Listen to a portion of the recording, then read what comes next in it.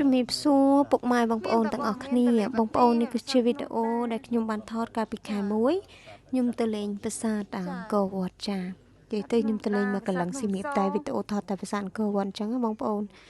តែខ្ញុំទៅប្រាសាទអង្គរវត្តដូចនិយាយវីដេអូមុនអញ្ចឹងបងប្អូនទៅច្រើនដងច្រើនសារមែនតើប៉ុន្តែនេះគឺជាលើកទី1ដែលខ្ញុំទៅមើលថ្ងៃរះចាបងប្អូនខ្ញុំទៅច្រើនដងច្រើនសារប៉ុន្តែជាលើកទី1ដែលខ្ញុំទៅមើលថ្ងៃរះហើយពូម៉ូតូឌុបពូវ៉ាស្អេបគាត់ថាអញ្ចឹងងើបទៅម៉ោង5ពូខ្លាចមនុស្សច្រើនយើងអត់មានកន្លែងឈរមើលស្អាតអញ្ចឹងបងប្អូនចាខ្ញុំនេះទៅតាំងម៉ោង5បងប្អូនអើយឈរចាំរហូតដល់ភ្លឺដល់ម៉ោង6ទៅគេថាប្រហែលជា6កន្លះបានរះតើ6កន្លះនៅតែអត់រះនិយាយទៅថ្ងៃហ្នឹងអយុធធរទៅមើលថ្ងៃរះម្ដងមានឃើញថ្ងៃរះទេបងប្អូនឲ្យមើលភ្ញៀវឡើងមកកកោកហ្មងអត់មានបានឃើញថ្ងៃរះទេថ្ងៃហ្នឹងវាអត់រះយើងចង់ទៅមើលថ្ងៃរះតែថ្ងៃវាអត់ចង់រះឃើញយើងចឹងទៅគឺមានការខកចិត្តជាខ្លាំងបងប្អូនហើយមិនទៅតែឯងទេណាបងប្អូននាំមិត្តភ័ក្តិបរទេសទៅ2 3នាក់ទៀតចា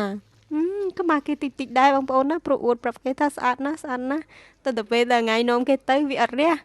ថ្ងៃហ្នឹងគេថាធ្វើទុកទោសមនិញខ្ញុំជាខ្លាំងហ្មងហើយ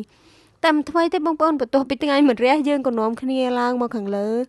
មើលនាំគាត់ដើរលេងតាំងពីជាន់ទី1ជាន់ទី2លោដល់ជាន់ទី3ទៅខាងក្រោយទៅអីចឹងបងប្អូនឲ្យពេលព្រឹកព្រលឹមលឿនចឹងថ្ងៃរះមកគឺអាគារប្រាសាទយើងឡើងស្អាតឡើងមាសហើយបន្ទាប់មកខ្ញុំនាំគាត់ទៅប្រាសាទបាយ័នទៀតបងប្អូនចាហើយនេះរូបភាពអត់មានឌីតទេណាបងប្អូនរូបពិតនិយាយទៅគឺថតពីទូរស័ព្ទមិនខ្ញុំដាក់បងប្អូនមើលចឹងនិយាយទៅថាប្រាសាទយើងស្អាតមែនតើពិតជាដូចជាពាក្យគេនិយាយថាអច្ឆរិយៈមែនណាបងប្អូនវាស្អាតទោះបីតែថ្ងៃហ្នឹងមិនរះសូម្បីតែថ្ងៃហ្នឹងសមោលមកហ្នឹងក៏វាស្អាតហើយដល់ពេលអាថ្ងៃរះខ្ពស់ទៅវាចាំងមកស្លឹកត្នោតដើមឈើនេះឡើងពណ៌មាសនិយាយទៅស្អាតបងប្អូនស្អាតមែនតើហ្មងណាអរគុណបងប្អូនជម្រាបលា